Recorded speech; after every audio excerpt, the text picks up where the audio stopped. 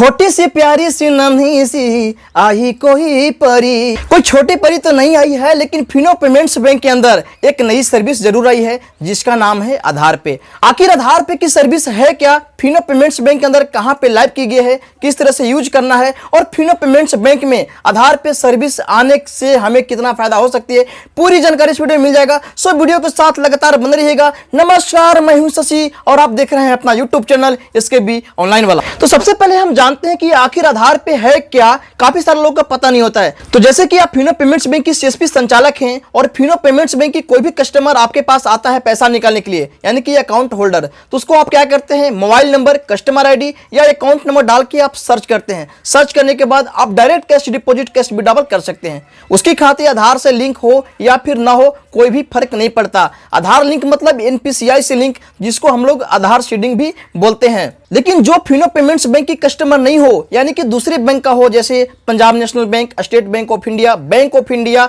या फिर bank of Baroda या फिर किसी भी बैंक की कस्टमर आपके पास आता है, तो उसका पैसा हम सिर्फ आधार इनेबल पेमेंट सिस्टम यानी कि APS की मदद से निकाल सकते हैं। यानी कि उनकी खाता NPCI से लिंक होनी चाहिए। लेकिन फ्रेंड्स, APS में भी लिमिट होती है। जैसे कि आपको पता है कि APS का लिमिट 10,000 है। यानी कि आप APS के माध्यम से किसी कस्टमर को पैसा निकालते हैं तो आप एक बार में सिर्फ 10,000 ही रुपया निकाल पाएंगे, इससे ज़्यादा आप नहीं निकाल पाएंगे। लेकिन फ्रेंड्स, अगर मान लीजिए कि कोई कस्टमर आपके पास आता है और उसको ज़रूरत है 20,000, 15,000, 12,000 रुपये की, तो आप कैसे निकालेंगे? क्योंकि APS का लिमिट 10,000 ही होता है। 10,000 से आप ज़्यादा नहीं निकाल सकते। एक बार आपने 10,000 निकाल लिया तो दोबारा आप नहीं निकाल सकते। वहीं पे काम करती है आधार पे की सर्विस। यानी कि फ्रेंड्स, किसी कस्टमर का APS का लिमिट खत्म हो जाता है तो भी आधार पे की मदद से आप उसकी ट्रांजैक्शन कर सकते हैं। सपोज कीजिए आपके पास कोई कस्टमर आता है, 10,000 निकालना है उसको। आपने क्या किया, APS के माध्यम से 10,000 रुपये आपने निकाल दिया और उसको जरूरत थी 15,000, 12,000 या 14,000 रुपये की।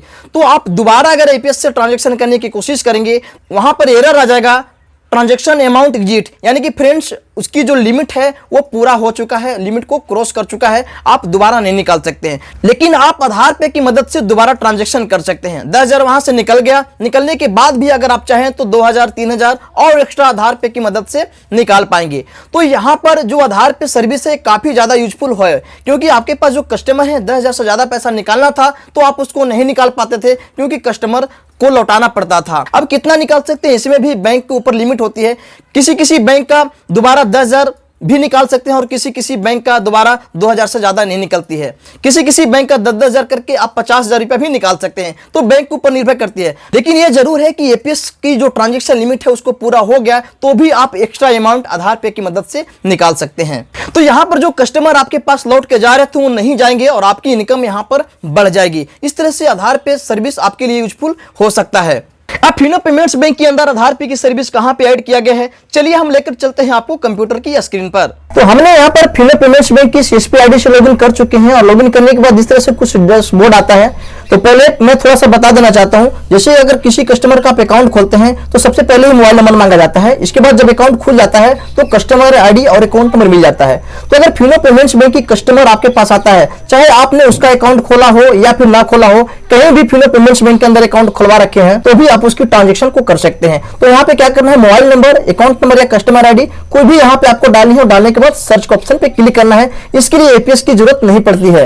ऐसे ही डाल के यहाँ पे सर्च करते हैं तो यहाँ पर आपको अकाउंट टाइप सिलेक्ट करना होता है। तो जो कस्टमर का अकाउंट रहेगा यहाँ पे दिख जाएगा, जैसे कि शुभ सेविंग अकाउंट, प्रथम सेविंग अकाउंट, भविष्य सेविंग अकाउंट, जन सेविंग अकाउंट, ये सारे अकाउंट लगभग खुलते हैं इसके अंदर।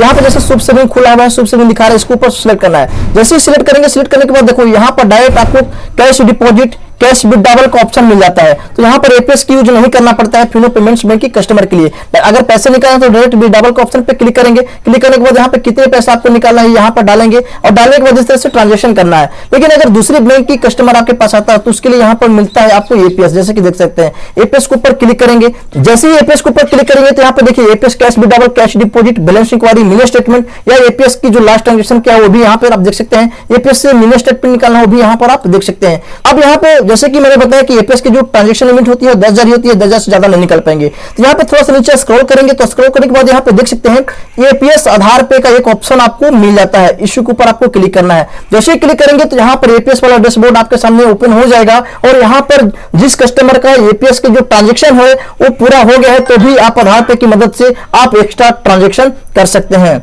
मैं आपको बता देना चाहता हूं कि अभी पूरी तरह से लाइव नहीं हुआ है, अभी वर्क नहीं कर रहा है, अभी यहां पर ऐड किया गया है हाल ही में, तो अभी यहां पे प्रॉपर वर्क नहीं कर रहा है। यहां पे देख सकते हैं मैंने क्लिक किया, क्लिक करने के बाद अभी तक ये ओपन नहीं हुआ है।